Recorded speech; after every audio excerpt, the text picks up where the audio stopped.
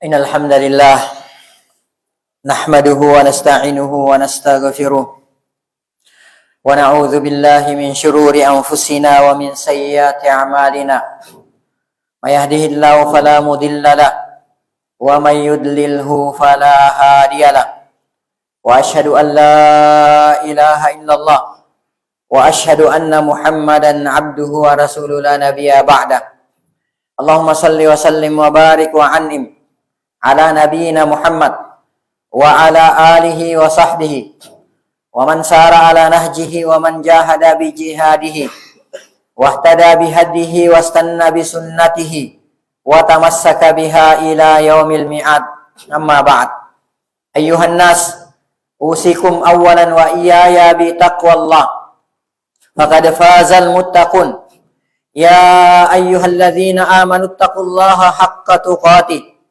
ولا تموتن إلا وأنتم مسلمون يا أيها الناس اتقوا ربكم الذي خلقكم من نفس واحدة وخلق منها زوجها وبث منهما رجالا كثيرا ونساء واتقوا الله الذي تساءلون به والأرحام إن الله كان عليكم رقيبا يا أيها الذين آمنوا اتقوا الله وقولوا قولا سديدا يصلح لكم أعمالكم ويغفر لكم ذنوبكم ومن يطع الله ورسوله فقد فاز فوزا عظيما أما بعد فإن أحسن الكلام كتاب الله وخير الهدي وخير الهدى هدى محمد صلى الله عليه وسلم وشر الأمور محدثاتها فإن كل محدثة بدعة وإن كل بدعة ضلالة وكل ضلالة في النار أي كما قال رسولنا صلى الله عليه وسلم ثم أما بعد Ummatal Islam a'azzani Allah wa iyyakum. Sebelum khutbah ini kita mulai, mari sejenak kita memanjatkan puji dan syukur kehadirat Allah Subhanahu wa taala yang mana sampai pada siang hari yang sangat berbahagia ini Allah Subhanahu wa taala masih senantiasa memberikan kepada kita semua berbagai macam karunia dan kenikmatannya. Di antaranya nikmat kesehatan, nikmat kesempatan dan waktu luang. Dan yang terbesar adalah nikmat Islam, nikmat iman, nikmat taufik, nikmat hidayah, nikmat sunnah serta nikmat tauhid. Sehingga dengan seluruh nikmat inilah kita masih bisa melangkahkan kaki ke tempat yang insya Allah Ta'ala diberkahi oleh Allah Ta'ala ini dalam rangka untuk melaksanakan salah satu kewajiban kita sebagai seorang muslim, sebagai seorang mukmin, yaitu melaksanakan sholat Jumat. Kemudian selanjutnya tak lupa pula salam dan salawat semoga senantiasa tercurahkan atas junjungan Nabi besar kita Nabi Muhammad sallallahu alaihi wasallam. Beliau yang telah membawa kita, beliau yang telah menuntun kita dari gelap dan pekatnya alam jahiliyah menuju kepada terangnya alam Islam yang sempurna. Ummatal Islam rahimani wa rahimakumullahu ta'ala jami'a. Salah satu peristiwa terdahsyat yang akan terjadi kelak di alam semesta ini adalah terjadinya atau ditegakkannya hari kiamat, di mana semua makhluk yang ada di langit dan yang ada di bumi akan mati pada saat itu. Seluruh makhluk yang ada di alam semesta ini akan binasa pada saat itu. Allah Subhanahu wa taala berfirman dalam Al-Qur'an surah Az-Zumar ayat 68, "Wa nufikha fis-sur." Dan ingatlah tatkala trompet atau sangkakala tersebut telah ditiup. Fasa'ika man fis samawati wa man fil ardi. Lalu kemudian matilah seluruh makhluk. Matilah setiap makhluk yang ada di langit dan yang ada di bumi. Illa man sya'allah. Kecuali yang dikehendaki oleh Allah Subhanahu wa ta'ala. Dari jauh-jauh hari, Allah Subhanahu wa ta'ala telah menggambarkan kedahsyatan dan kengerian yang akan terjadi di bumi pada hari itu. Allah Subhanahu wa taala berfirman dalam Al-Qur'an surah Al-Hajj ayat 1 dan 2, "Ya ayyuhan nas, wahai sekalian manusia, ittaqu rabbakum." Bertakwalah kepada Rabb kalian. Bertakwalah kalian kepada Allah Subhanahu wa taala. "Inna zalzalatas saati syai'un 'azim." Karena sesungguhnya guncangan hari kiamat adalah merupakan peristiwa yang sangat dahsyat, adalah merupakan peristiwa yang sangat luar biasa. Allah Subhanahu wa taala melanjutkan, "Yauma tarawnaha tadhhalu kullu murdi'atin amma arda'at." Pada hari itu wahai Muhammad, engkau akan melihat akibat dari goncangan tersebut. Semua perempuan yang menyusui anaknya akan lalai terhadap anak yang disusuinya. Wa tada'u kullu dzati hamlin hamlaha. Dan semua wanita yang hamil pada hari itu wahai Muhammad, engkau akan lihat bahwa setiap dari mereka akan keguguran karena dahsyatnya goncangan tersebut. Wa taran nasa suqara. Dan engkau wahai Muhammad akan melihat manusia pada hari itu seperti orang-orang yang mabuk. Wa ma hum bisukara. Dan pada hakikatnya sebenarnya mereka itu tidak mabuk. Walakinna azaballahi syadid. Akan tetapi azab Allah Subhanahu wa taala sangat pedih. Allah Subhanahu wa taala juga berfirman dalam Al-Qur'an surah Al-Zalzalah, "Idza zulzilatil ardu zilzalaha." Apabila bumi diguncangkan pada hari itu dengan seguncang-guncangnya, wa akhrajatil ardu athqalaha. Dan beban-beban bumi pada saat itu dikeluarkan. Wa qaral insanu ma laha. Dan manusia pada hari itu berkata, apa yang terjadi dengan bumi ini? Umat al-Islam, azani Allah wa iyyakum. Oleh karena saking dahsyatnya huru-hara hari kiamat tersebut, sehingga Allah Subhanahu wa taala memberikan untuk hari kiamat tidak kurang dari 20 nama.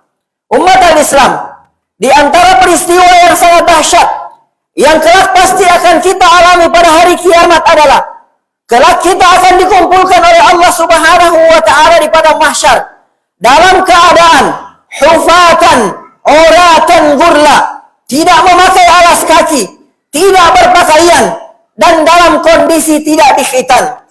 Dalam hadis yang diriwayatkan oleh Imam Bukhari dan Muslim dari Aisyah radhiyallahu taala anha, Rasulullah sallallahu alaihi wasallam pernah bersabda, "Innakum mulaqullah." Sesungguhnya kalian pasti akan bertemu dengan Allah Subhanahu wa taala hufatan, uratan, musyatan gurla, dalam keadaan tidak beralas kaki, tidak berpakaian, berjalan kaki dan belum dikhitan. Dan pada saat itulah umat al-Islam, a'azani Allah wa iyyakum, matahari akan didekatkan dengan sangat-sangat dekat di atas kepala kita. Dalam hadis yang diriwayatkan oleh Imam Muslim dari Al-Miqdad radhiyallahu taala anhu, Rasulullah sallallahu alaihi wasallam bersabda, "Tudana syamsu yaumal qiyamati minal khalqi."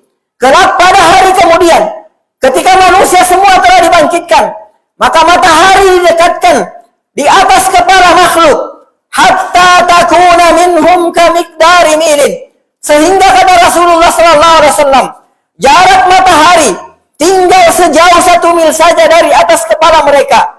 Sulaim rahimahullahu ta'ala atau radhiyallahu ta'ala anhu, perawi hadis ini berkata, "Fa wallahi," maka demi Allah kata beliau, "ma adri ma ya'ni bil mili."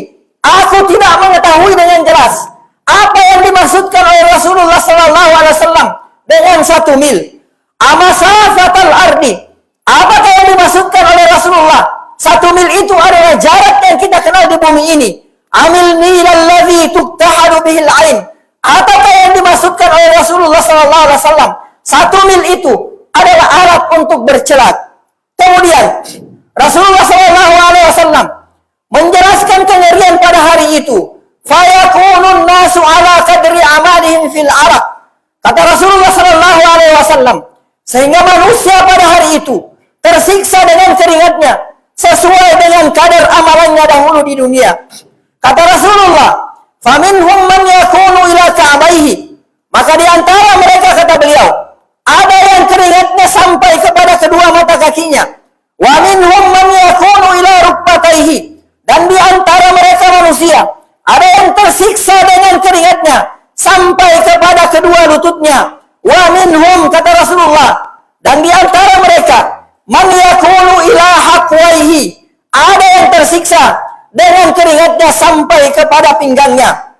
Wa minhum man yuljimuhul araku iljama. Kata Rasulullah sallallahu alaihi wasallam, bahkan ada di antara mereka yang sampai tenggelam dengan keringatnya. Wa nas'alullaha ta'ala as-salama wal afiyah. Ketahuilah umat al-Islam bahwa jarak antara bumi dan matahari pada saat ini adalah sekitar 150 juta kilometer. Maka kira-kira bagaimana lagi dengan posisi matahari 1 mil atau sekitar 1 jengkal dari atas kepala kita.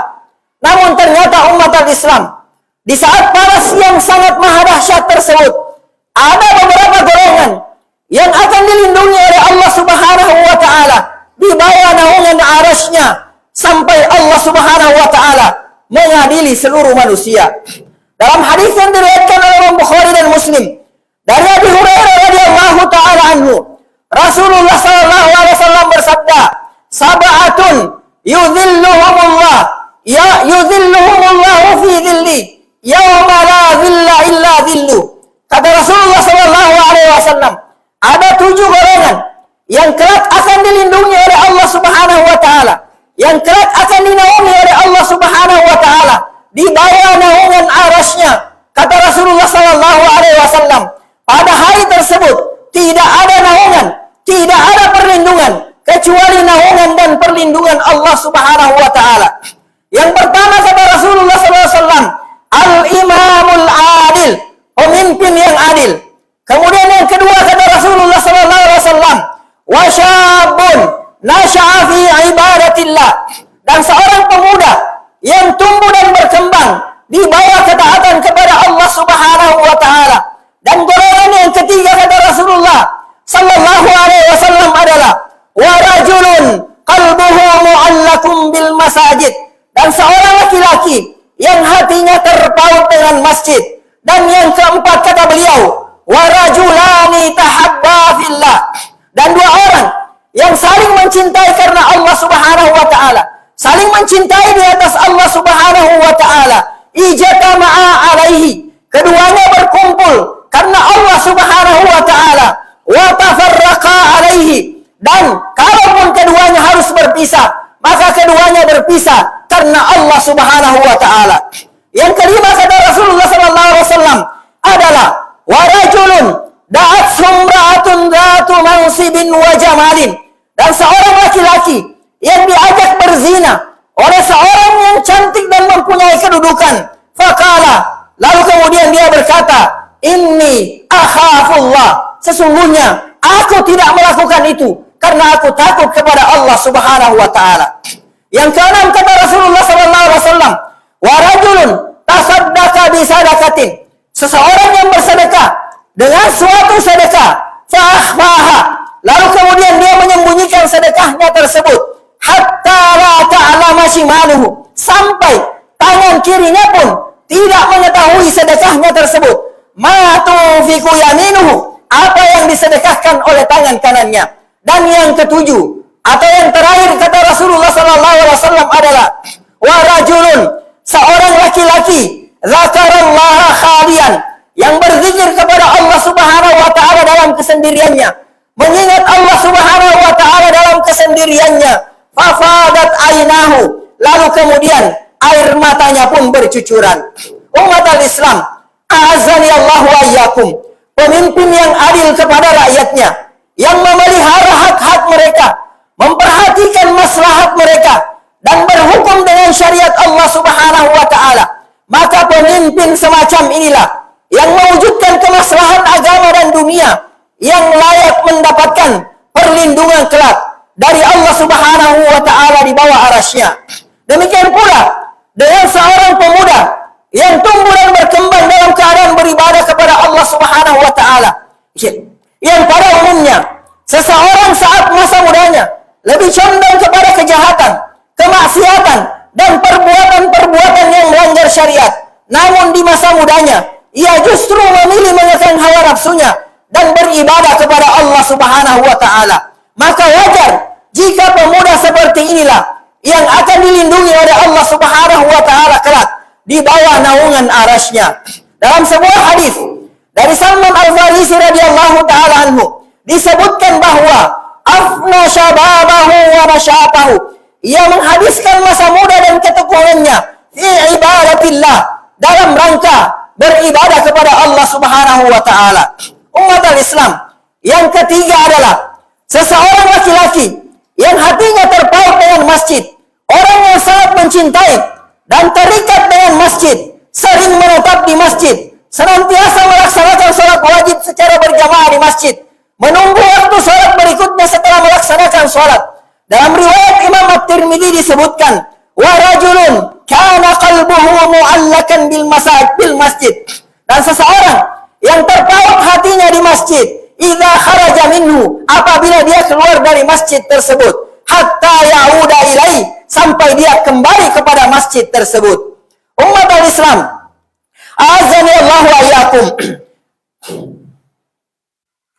Aqulu ma tasma'un wa astaghfirullahal azim li wa lakum wa lisairil muslimina wal muslimat fastaghfiruhu min kulli dhanbin innahu huwal ghafurur rahim.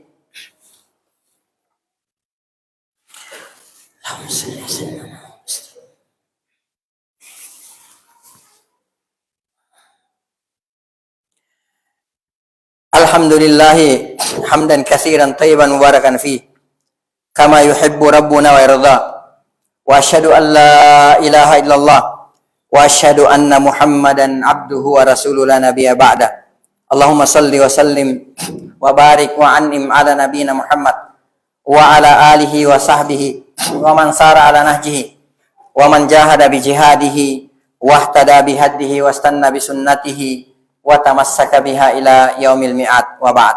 Ibadallah, di antara golongan yang akan mendapatkan naungan dari Allah Subhanahu wa taala adalah dua orang yang saling mencintai karena Allah Subhanahu wa taala, bersatu karena Allah Subhanahu wa taala, dan kalaupun harus berpisah, keduanya berpisah karena Allah Subhanahu wa taala. Maksudnya adalah dua orang yang saling mencintai karena Allah Subhanahu wa taala dan di jalan menuju keridhaan Allah Subhanahu wa taala serta ketaatan kepada Allah Subhanahu wa taala, bukan karena tendensi atau kepentingan duniawi. Mereka benar-benar tulus karena Allah Subhanahu wa taala saat bersatu dan berpisah. Ibnu Hajar rahimahullahu taala berkata, disebut dengan dua orang yang saling mencintai di jalan Allah, di mana ia berpisah dan berkumpul karena Allah Subhanahu wa taala, yaitu apabila keduanya saling mencintai karena agama, bukan karena yang lainnya. Dan cinta agama ini tidak putus karena dunia, baik ia berkumpul secara hakiki atau tidak, sampai kematian memisahkan keduanya. Ibadallah, golongan kelima yang kelak akan mendapatkan perlindungan dari Allah Subhanahu wa taala di bawah arasy-Nya adalah seorang laki-laki yang diajak berbuat zina oleh seorang wanita cantik, terpandang, kaya, berpengaruh dan berkedudukan tinggi. Namun ia menjawab, inni akhafullah, aku takut kepada Allah Subhanahu wa taala. Nabiullah Yusuf alaihi salatu wassalam, atas pertolongan Allah Subhanahu wa taala, beliau telah membuktikan ketika beliau diajak berzina oleh Imratul Aziz, istri daripada penguasa pada saat itu, istri daripada pembesar Mesir pada saat itu, yang cantik jelita. Beliau berkata, ma'adzallah, aku berlindung kepada Allah Subhanahu wa taala. Allah adalah tempat berlindung. Innahu rabbi ahsana mathwaya. Sesungguhnya Tuanku, maksudnya sesungguhnya suami Anda telah memperlakukan aku dengan sebaik-baiknya. Innahu la yuflihudz zalimun. Sesungguhnya tidaklah beruntung orang-orang yang zalim. Ibadallah, di antara golongan yang akan mendapatkan naungan Allah Subhanahu wa taala, yauma la dzilla illa dzillu, di hari tidak ada perlindungan kecuali naungannya Allah Subhanahu wa taala adalah orang yang bersedekah, lalu kemudian ia merahasiakan sedekahnya tersebut, agar tidak seorang pun yang mengetahui sedekahnya, termasuk orang terdekatnya sekalipun. Allah Subhanahu wa taala berfirman dalam Al-Quran surah Al-Baqarah ayat 271, in tubdus sadaqat, apabila kalian memperlihatkan sedekah-sedekah kalian, apabila kalian menampakkan sedekah-sedekah kalian, fani'imma hiya, maka itu baik, kata Allah Subhanahu wa taala. Wa in tukhfuha, akan tetapi kata Allah Subhanahu wa taala, apabila kalian bisa menyembunyikan sedekah-sedekah kalian tersebut, wa tu'tuhal fuqara, dan kalian memberikan sedekah-sedekah tersebut kepada orang-orang fakir, fa huwa khairul lakum, maka itu lebih baik, kata Allah, maka itu lebih baik bagi kalian, kata Allah Subhanahu wa taala. Wa yukaffiru ankum min sayyi'atikum, lalu kemudian Allah Subhanahu wa taala akan menghapuskan kesalahan-kesalahan dan dosa-dosa kalian. Wallahu bima ta'maluna khabir. Dan Allah Subhanahu wa taala Maha mengetahui secara detil apa yang kalian lakukan. Perhatikan umat al-Islam. Dalam ayat ini, Allah Subhanahu wa taala menjelaskan kepada kita bahwa bersedekah secara terang-terangan itu baik. Bersedekah secara terbuka itu diperbolehkan, tidak dilarang oleh agama kita. Bila bersih dari riya dan dengan tujuan untuk memotivasi orang lain untuk bersedekah dan agar orang lain mencontohi dirinya serta untuk menampakkan syiar-syiar Islam. Akan tetapi, sedekah terbaik adalah sedekah yang kita lakukan secara sembunyi-sembunyi dan tidak diekspos di depan khalayak. Ibadallah, golongan ketujuh atau golongan terakhir yang kelak akan mendapatkan naungan Allah Subhanahu wa taala adalah seseorang yang berzikir kepada Allah Subhanahu wa taala, baik dengan hatinya maupun dengan lisannya saat ia sendirian, mengingat keagungan Allah Subhanahu wa taala dan pertemuan dengannya, hisab Allah Subhanahu wa taala terhadap amalnya. Kemudian air matanya pun bercucuran. Ibadallah, pertanyaannya sekarang adalah bagaimana caranya agar kita bisa menjadi salah satu dari 7 golongan yang mendapat naungan di bawah arasy Allah Subhanahu wa taala kelak pada hari kiamat? Maka jawabannya adalah dengan keikhlasan kita kepada Allah Subhanahu wa taala dan kita tidak mengikuti hawa nafsu kita. Allah Subhanahu wa taala berfirman dalam Al-Qur'an surah An-Nazi'at ayat 40 dan 41, "Wa amma man khafa maqama rabbih." Dan adapun orang yang takut terhadap kedudukan Rabb-nya, terhadap kedudukan Allah Subhanahu wa taala, wa nahan nafsa 'anil hawa, dan mencegah dirinya atau mengekang hawa nafsunya dari perkara-perkara yang dilarang oleh Allah Subhanahu wa taala, fa innal jannata hiyal ma'wa, maka surgalah tempat kembali orang tersebut. Yaqulullahu ta'ala, Allah Subhanahu wa taala berfirman, innallaha, sesungguhnya Allah Subhanahu wa taala, wa malaikatahu, dan para malaikatnya, yusalluna 'alan nabi, bersalawat kepada Nabi Muhammad sallallahu alaihi wasallam. Ya ayyuhalladzina amanu, wahai sekalian orang-orang yang mengklaim dirinya sebagai orang-orang yang beriman, sallu alaihi, bersalawatlah kalian kepada Nabi Muhammad sallallahu alaihi wasallam, wasallimu taslima, dan ucapkanlah salam penghormatan kepada Nabi Muhammad sallallahu alaihi wasallam dengan sebaik-baiknya salam penghormatan. Allahumma salli ala Muhammad wa ala ali Muhammad kama sallaita ala Ibrahim wa ala ali Ibrahim innaka Hamidum Majid. Allahumma barik ala Muhammad wa ala ali Muhammad kama barakta ala Ibrahim wa ala ali Ibrahim innaka Hamidum Majid. Allahumma ighfir lil muslimina wal muslimat wal mu'minina wal mu'minat al ahya'i minhum wal amwat innaka sami'un qaribun mujibud da'wat wa ya qadiyal hajat. Rabbana la tuzigh qulubana ba'da idh hadaitana wa hab lana min ladunka rahmah innaka antal wahhab. Allahumma ighfir lana wa liwalidina warhamhum kama rabbawna sigara. Allahumma arinal haqqa haqqan warzuqna ittiba'a wa arinal batila batila warzuqna ijtinaba. Allahumma hasibna hisaban yasira. Allahumma hasibna hisaban yasira. Allahumma hasibna hisaban yasira. Allahumma aslih ulata umurina wa wafiqhum lima fihi salahuhum wa lima fihi salahul Islam wal muslimin. Allahumma a'inhum bil qiyami ala muhamihim kama amartahum ya rabbal alamin. Allahumma ab'id anhum bitanatas su'i wal mufsidin wa qarrib ilaihim as-salihin an-nasihin. Allahumma aslih ulata umuril muslimina fi kulli makan. Rabbana atina fid dunya hasanah wa fil akhirati hasanah wa qina adzaban nar. Ibadallah, innallaha ya'muru bil adli wal ihsan wa ita'i dzil qurba wa yanha 'anil fahsya'i wal munkari wal baghi ya'idzukum la'allakum tadhakkarun. Fadhkurullaha al-'azim yadhkurkum washkuruhu ala ni'amihi yazidkum was'aluhu min fadli yu'tikum wa la dzikrullahi akbar. Wa aqimis salah.